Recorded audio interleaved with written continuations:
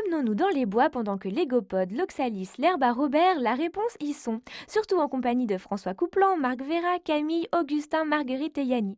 Mais savez-vous que nos amis sont de vrais professionnels pour éplucher les pommes de terre, dont ils vont faire une purée, mais pas tout à fait comme les autres, car la cardamine amère que l'on a découverte il y a 2 semaines y refait une petite apparition. Quant aux œufs à l'oxalis que Marc nous a concoctés, alors là, chapeau!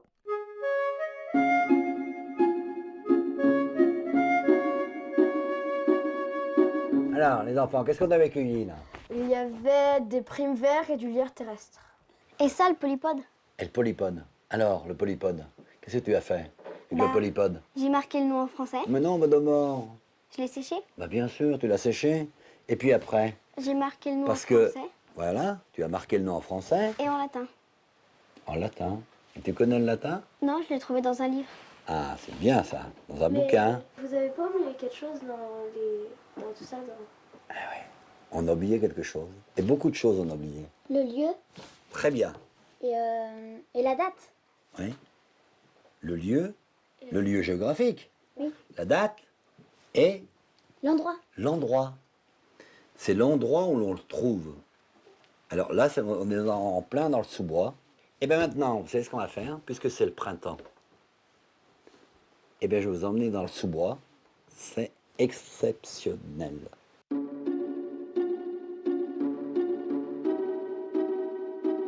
On ne saute pas dans la rivière.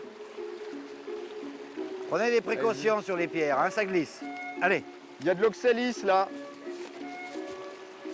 Vous voyez? Oula. Allez, doucement. Regardez. Regardez, Regardez l'oxalis. regardez, il y a plein d'oxalis. Vous voyez? Regardez. Petite feuille qui ressemble à. Entre un Non. trèfle Ouais. Goûtez. Je le goûte ou je le sens? Goûte. Ah, la Et tige. goûtez et dites-moi Ah, si c'est du trèfle. La tige. Tout. Bah, Alors, Non, c'est pas du tout ça. c'est comment? C'est acide et c'est un peu amer. Mais c'est surtout acide. Parce que la plante s'appelle oxalis. Voilà. Et oxalis, ça vient du grec oxus qui veut dire acide. Et son petit nom, c'est acetosella qui veut dire acide. C'est vraiment la plante acide-acide. Ce qui est assez exceptionnel dans l'oxalis,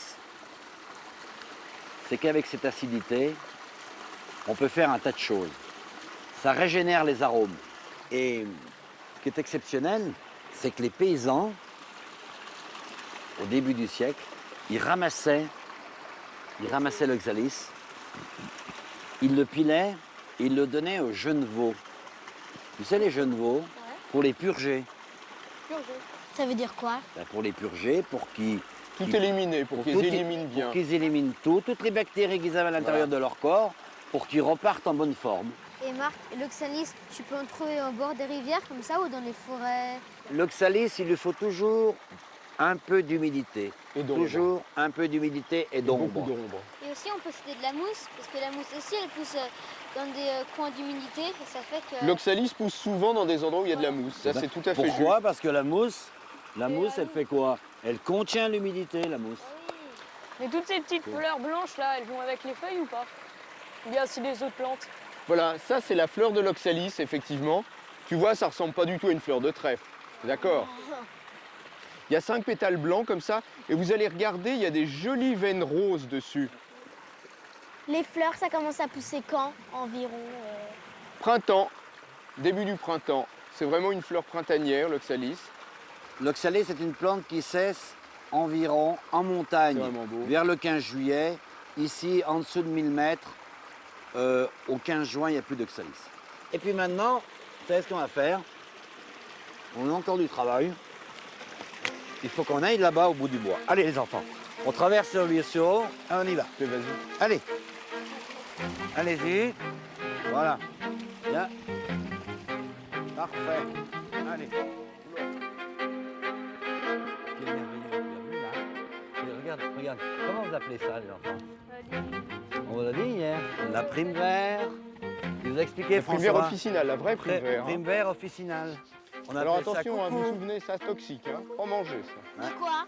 Les colchiques, là. Les coucous? Non, les colchiques, c'est très colchiques, ça. Pas de l'ail des ours, hein. Ah, du lotier corniculé. Ça fait faire des rêves prémonitoires en couleur. Oui, oui, oui. Non, sérieux, hein. Ah, François. Bon plan, Quel hein, adorable, François. La gentiane printanière. C'est notre coup de cœur, ça. Ça me provoque beaucoup d'émotions parce que ça me rappelle. C'était les premières fleurs qu'on cueillait chez nous à la Croix-Frie, à 1500 mètres d'altitude. Parce qu'on ramassait la gentiane printanière et la gentiane de coche. On faisait le premier bouquet qu'on installait dans la ferme chez mes parents. Et puis, quelques temps après, eh bien, les vaches arrivaient dans les prairies. Et elle pousse où cette gentiane? Elles poussent au-dessus de 1500 mètres d'altitude. Jamais Dans les alpages. dans les alpages, jamais en dessous, en pleine prairie comme ça. Mais jamais au-dessous de 1500 mètres. Ça Toutes flotte. les gentianes, ce sont des plantes qui ont des propriétés toniques parce qu'elles sont amères. Vous voyez, très amères, et ça fait du bien à tout l'organisme. Et regardez, là maintenant, on en cueille une parce qu'il y en a beaucoup, hein, mais normalement, il ne faut pas les cueillir, ces plantes. Et les gentianes, caractérisées par ces 5 pétales qui sont soudés, vous voyez, et par des feuilles opposées, des petites feuilles opposées comme ça. Voilà.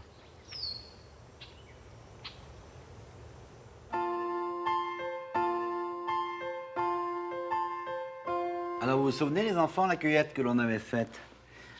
On avait ramassé de la cardamine amère qui avait le goût d'un... Moutarde poivrée un peu. Tout à fait. Et on l'avait ramassé où? Dans un ruisseau. Eh bien, aujourd'hui, on va réaliser une recette avec de la cardamine amère et une pomme purée. Qu'est-ce qui va se passer maintenant pour faire une purée de pommes de terre? Bah Marco, on va déjà commencer par les éplucher les 4. Ben voilà, c'est bien, elles sont là. Allez, Chacun la sienne. alors chacun la sienne. Voilà. Qu'est-ce qu'il nous reste à faire Et voilà. maintenant? Bah, Il faut les couper. Ben, on va les couper, pourquoi? Pour les cuire. Voilà, on va les faire cuire. Regarde, on va les plonger dans l'eau bouillante. Mais de l'eau bouillante. Qu'est-ce qu'il manque dans l'eau? salé. Salé? Mais tu les as pas lavés. Ben non, je les ai pas lavés. Parce que si je les lave, j'enlève l'amidon. Donc la pomme de terre ne sera pas onctueuse après, pour la purée. Alors, Augustin, Oui. le lait. On va le mettre tiédir. Combien en faut-il? Ben, Tu regardes un sur le quart de tableau? litre de lait et demi écrémé. Voilà. Alors, tu vois, on va le mettre chauffer à l'arrière. En même temps que les pommes de terre cuisent, le lait va chauffer. Qu'est-ce qu'on va faire avec les pommes de terre? Elles ont été égouttées pendant 10 minutes. C'est encore tiède, regarde comme elles fument. Bah, on va prendre le presse et on va faire de Voilà. la purée. Voilà, le passe-légumes. Allez, Augustin, tu tournes. Très bien. Voilà, c'est super. Regarde. Génial. Ben voilà. Attention, sois prudente. Tu vas verser le lait. Voilà, tout doucement. Vas-y, Augustin. Doucement, doucement. Voilà, c'est bien.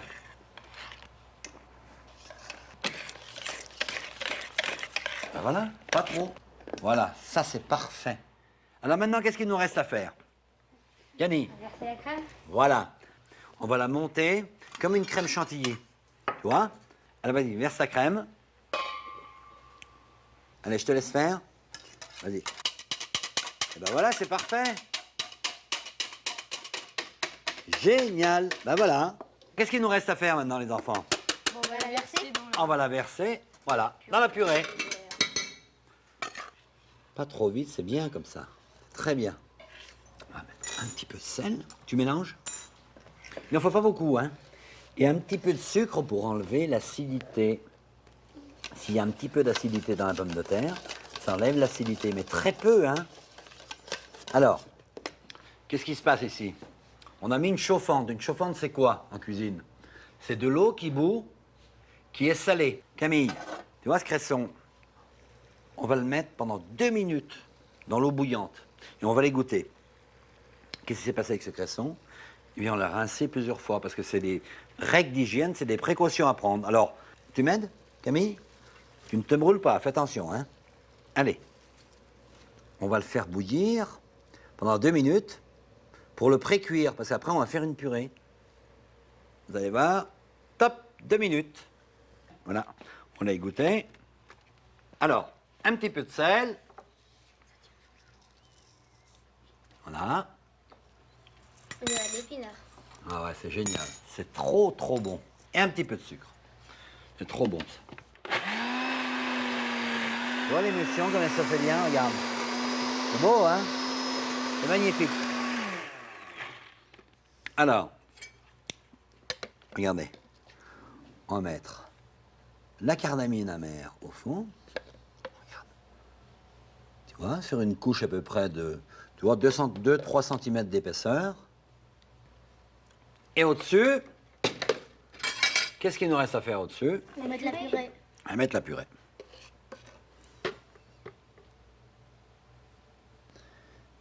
Voilà. Et ben voilà. Et maintenant, qu'est-ce qu'on va faire? Déguster. On va déguster. Allez.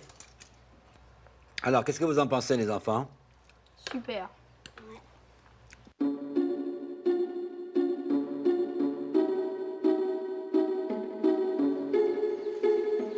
Ah, des tas de choses par là. Allez, ouvrez vos yeux. Plein de choses là. Ouvrez vos yeux.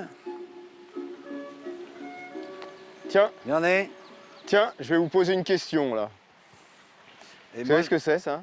Marc, il va vous donner là. la réponse. Voilà, la réponse. Ça s'appelle la réponse, cette plante. Ça s'appelle la réponse. Ça s'appelle la réponse. Mais réponse, ça vient, ça veut pas dire, c'est pas question-réponse. Hein. Ça vient du latin rapinculus qui veut dire petite racine.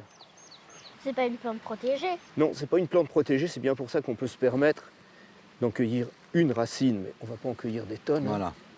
Regardez ça. Vous voyez? Tu l'as mal Tiens. arraché, François. Mais c'est vrai Il est qu'il resté un petit bout. reste un petit bout à l'intérieur. Mais qu'est-ce qui se mange Voilà. dans la plante? Alors, ce qui se mange. Alors, ce qui est exceptionnel dans cette racine, les enfants, je vais vous expliquer, c'est qu'on peut la cuire avec, vous savez, les fameux légumes oubliés dont on parle maintenant. Le topinambour, le chou rave. Ah oui, je crois, oui. Hein? Et je fais un mélange avec la racine de réponse. C'est plein d'arômes. Et ce qui est merveilleux, c'est que ça a la même mâche, la même consistance en bouche que les légumes oubliés. Très souvent, les feuilles de réponse ont une grosse tache noire comme ça au centre. Vous voyez? Pas toujours, mais quand vous voyez une feuille qui a une tache noire au centre, c'est toujours de la réponse comme ça. Ouais. Et puis, autre caractéristique, du latex, du lait, comme le pissenlit. Et on peut faire des élastiques avec ça. Voilà, exactement, ouais. C'est comment on fait les élastiques pour accrocher. Et puis ces petites pousses, vous voyez ces jolies petites pousses, Dedans, il y a une ça se mange fleur. comme des asperges. C'est une fleur, ça, ou pas, dedans? Voilà, c'est une inflorescence, c'est un ensemble de fleurs. Ça ressemble à une fraise, un peu, la fleur. Ouais. Oui, mais ça va grandir. Alors, en général, il y a toujours un groupe, Une rosette, une rosette, un groupe de réponses. rosette Donc, de feuilles. ce qui est très intéressant pour respecter la nature, c'est de cueillir une racine et de laisser sa voisine. Voilà, Comme ça, elle se régénère. comme on a fait ici. Ça, c'est merveilleux, elle se régénère. Parce que sinon, si on enlève tout, eh bien, l'année prochaine, il n'y en aura plus. Voilà. Est-ce que ça pousse dans un endroit précis, la réponse? Ça pousse sur les talus ombragés, toujours dans les sous-bois. Bon, allez, on a bien bouché. Allez, on y va. On continue. Mon bâton. Vous avez vu l'oxalis? Ne marche pas sur l'oxalis. Hein. Faites attention, vous posez les pieds. Restez. Attention.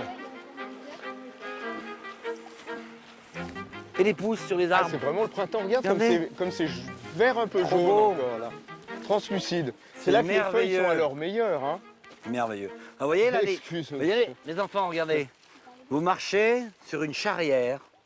Une Une charrière. charrière, c'était un droit qui date de C'est un chemin de Napoléon. char.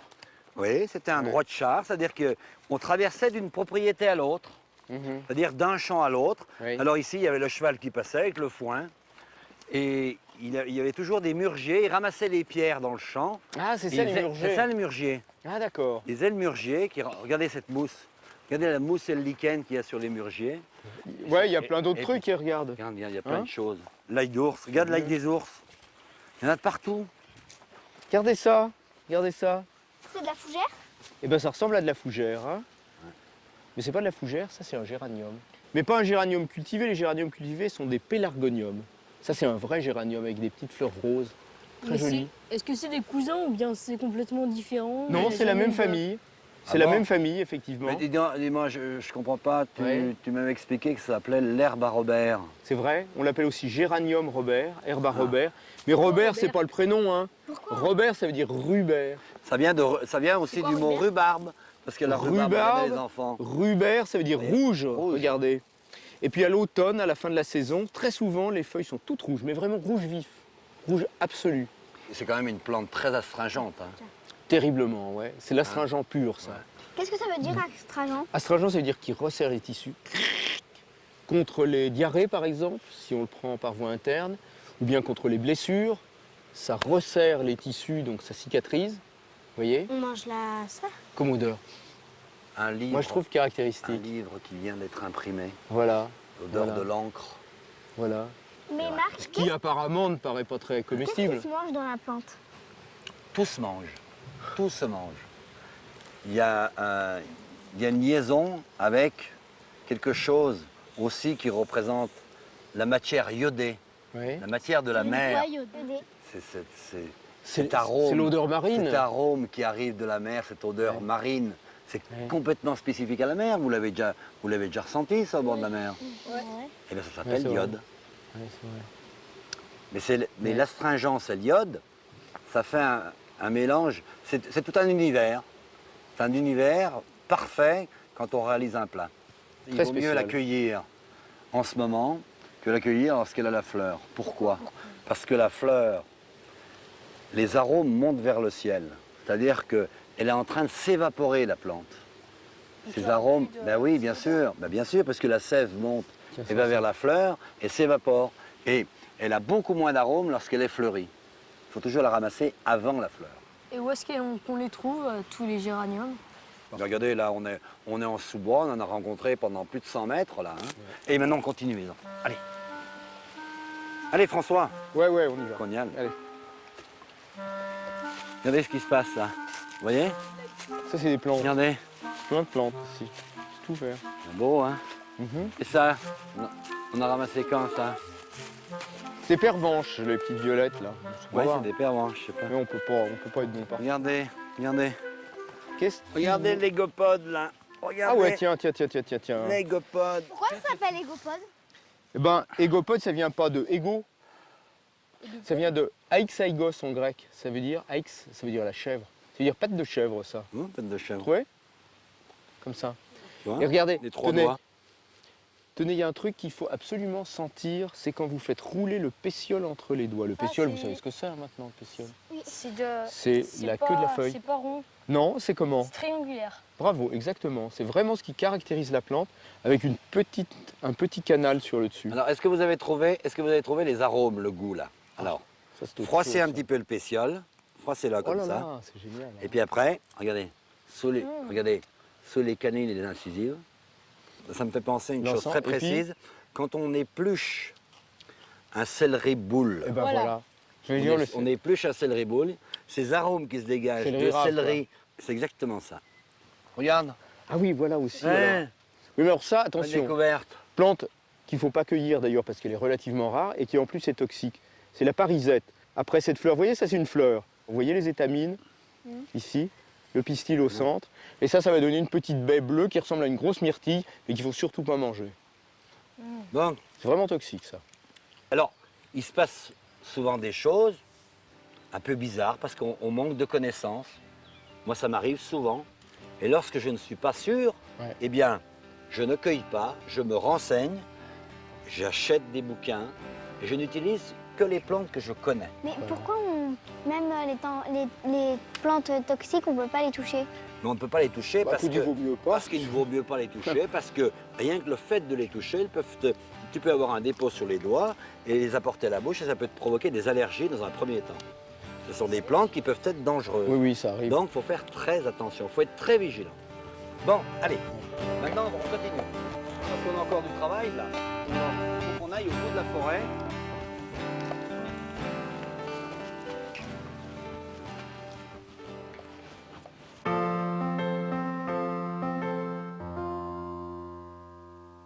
l'œuf à l'oxalis.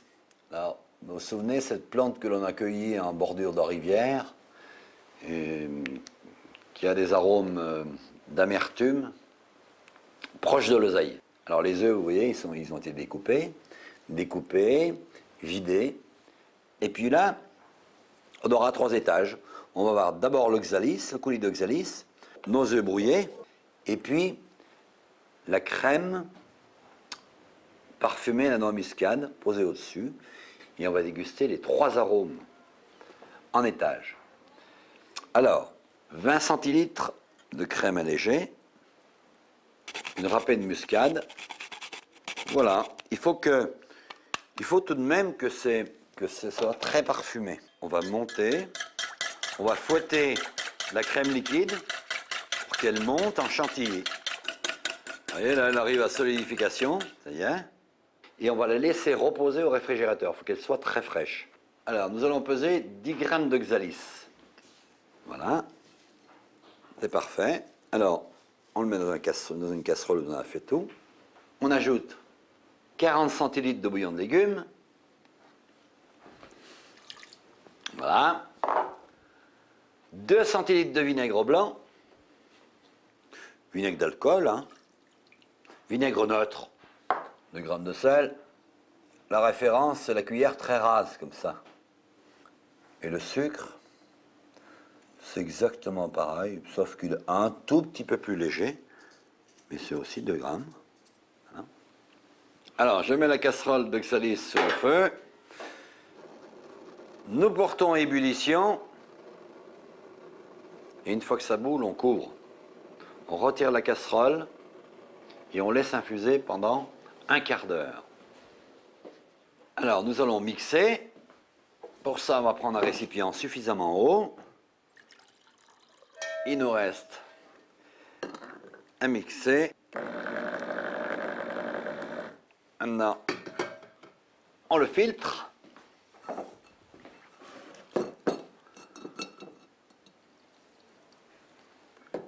Je remplis les poussoirs d'oxalis, de jus d'oxalis. Parfait.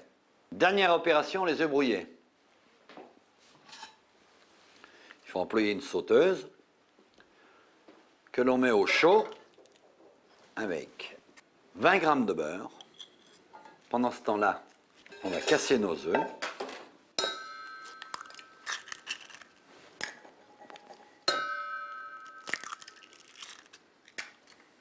Et puis, on va bien les mélanger.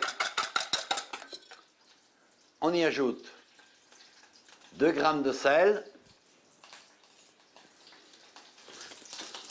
2 tours de poivre du moulin, et puis l'on vide sur le beurre pétillant les œufs battus.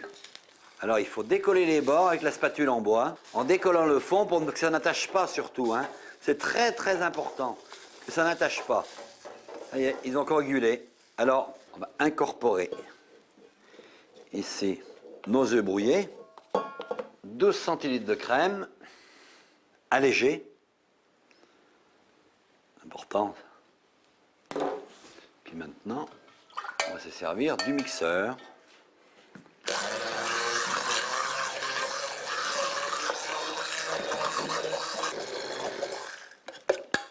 Alors, comme je vous l'ai expliqué tout à l'heure, les étages, on remplit à peu près l'œuf aux 3/4 d'œufs brouillés.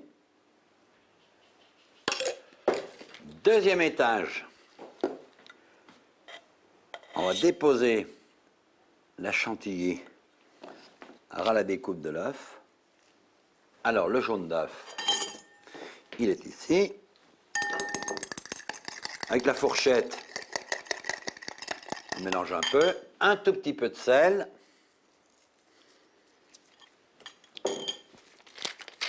Un petit tour de poivre de moulin. Et là, la valeur d'une cuillère à café sur chaque œuf.